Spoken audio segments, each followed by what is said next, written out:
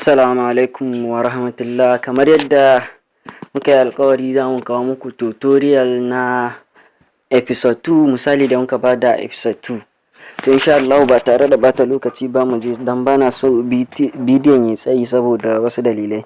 Misali mu kalli program din na a matsayin mota bus irin ta haya ta daukar mutane. Kun ga kafin bus ta tafi dole tana buƙatar a ce an sa mata fetur, an saka direba, an buɗe mota, fasinjoji sun shiga, an rufe, kila ma har da kwandasta wato yaron mota. Audio Jungle. Audio Jungle. Usman UA. Audio Jungle. Kenan mu je zuwa. Sai muka ce bus tana buƙatar dole a sa mata fetur.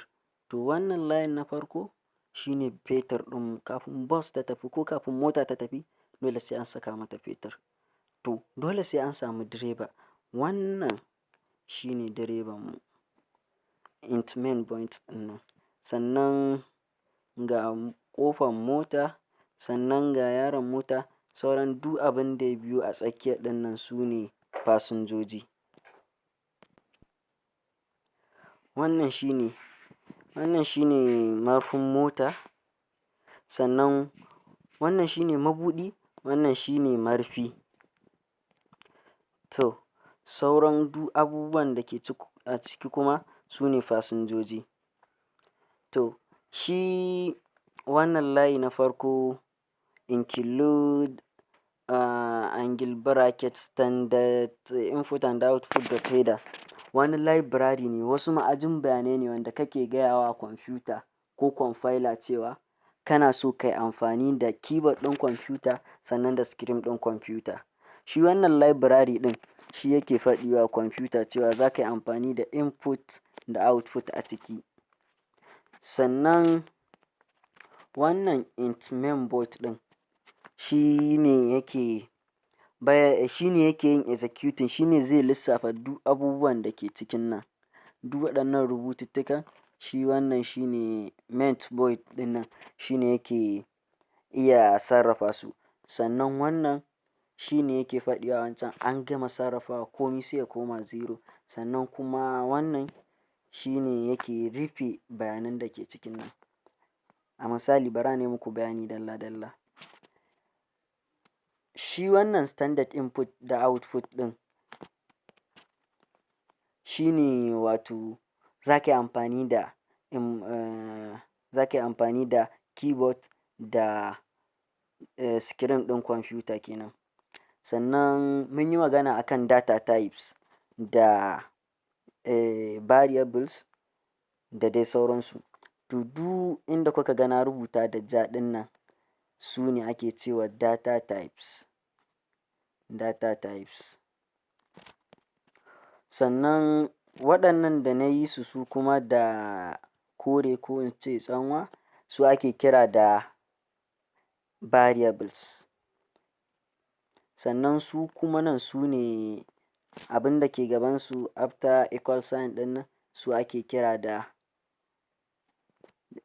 data ɗin da ka saka a jikin su variable ɗin. Dama mun yi bayani mun ce su data type su ne suke bayyana menene za a saka a jikin variable.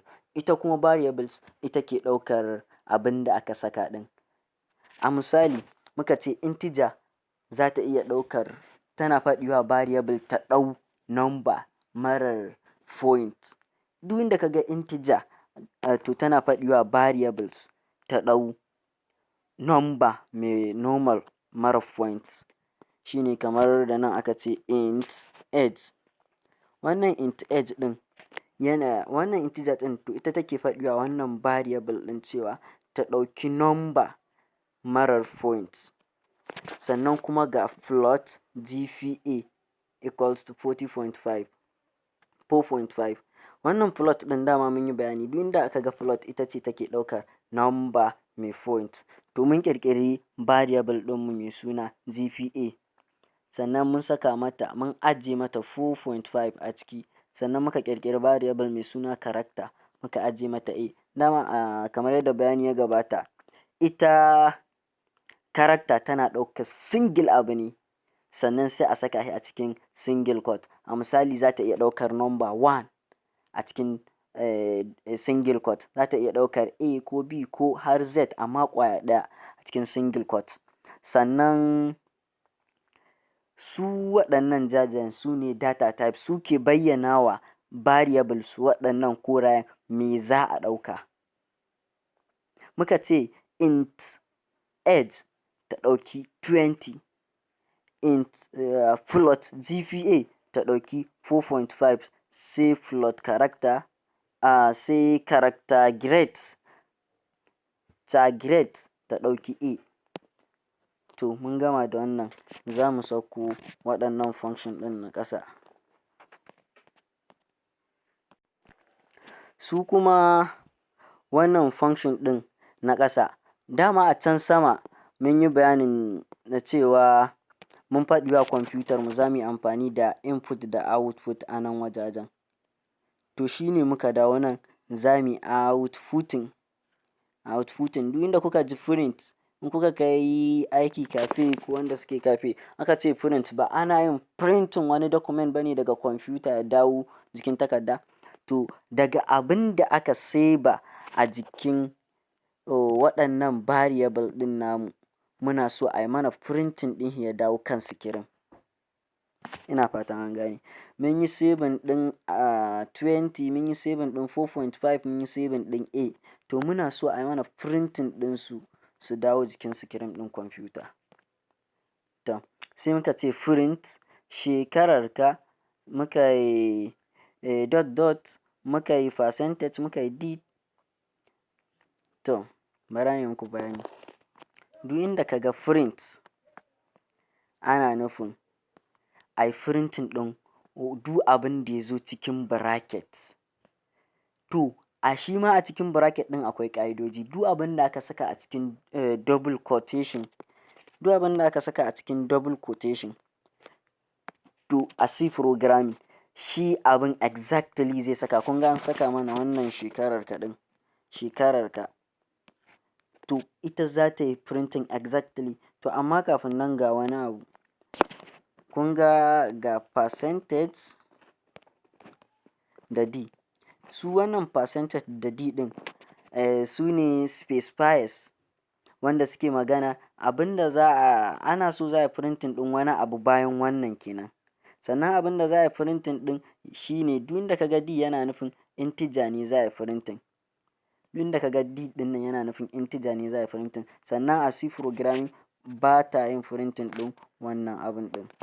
Ba ta yin printing ɗin percentage D ɗin nan da ma percentage F da percentage C ɗin nan, ba za ta yi printing ba. Ba ta fidda su tunda su suna faɗi mata ta yi printing ɗin abin da ke gaba nan. A misali kun gani. To aka ce print shekararka. To kawai kwamfuta za ta je ta yi printing shekararka. A misali aka ce print shekararka. Kwamfuta za ta je ta yi printing ɗin. To shi kenan, da wai whiteboard muke nema. Iya wannan shekararka ɗin za ta fidda, ba za ta yi considering da wannan ba. To kuma in kuka tuna a ƙa'idar Turanci duk abin da yake kwama ana magana ne da shi. Tunda a cikin bracket ɗin nan muke, kwamfuta ba za ta daina printing ba har sai ta fita daga bracket ɗin nan.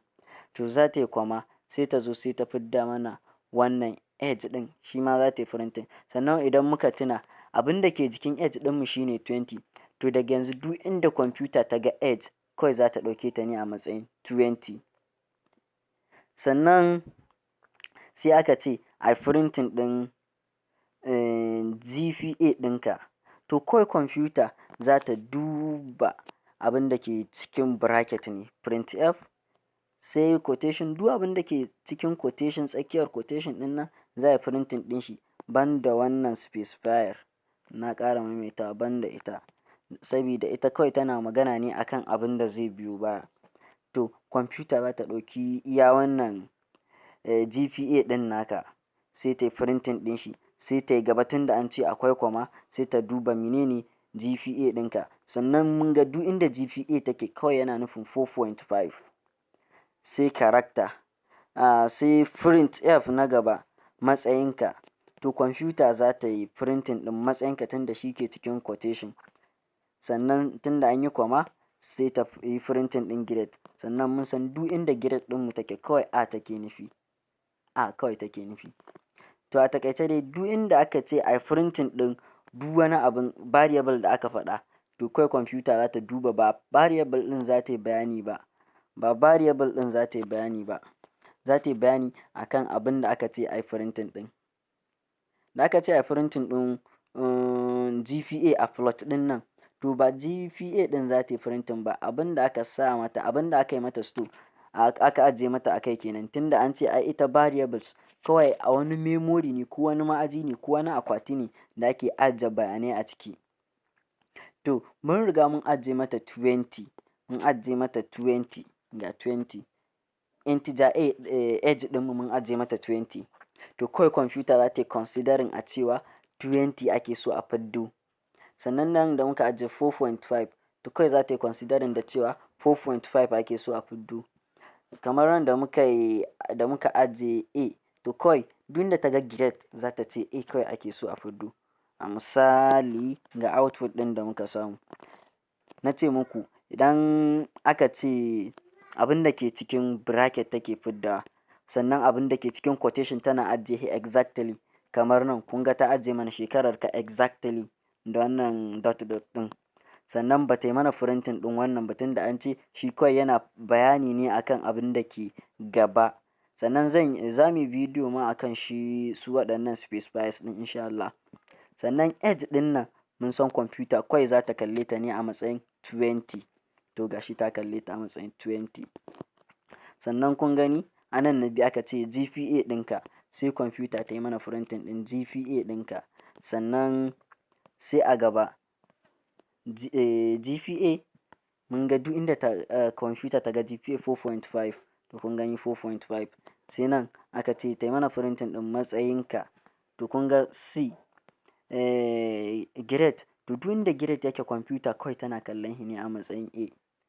To shine kun ga nan gashi ta sa mana A. Sannan sai waɗannan abubuwan. Shi wannan zai maida wa aikin da duk muka yi a nan kan nan. Yana nufin duk ayyukan da muka yi a nan an gama su successfully, to sai ya maida mishi. Sannan wannan shine mabuɗin aikinmu. Wannan shine mabuɗin aikinmu. Sannan wannan kuma shine marfin aikinmu. Wannan ɗin nan. Ina fatan Allah ya sa an gane.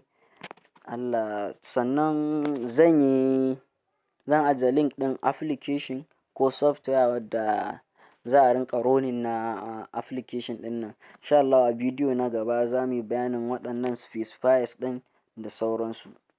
Sai mun haɗe a bidiyon ta gaba. Wassalamu alaikum.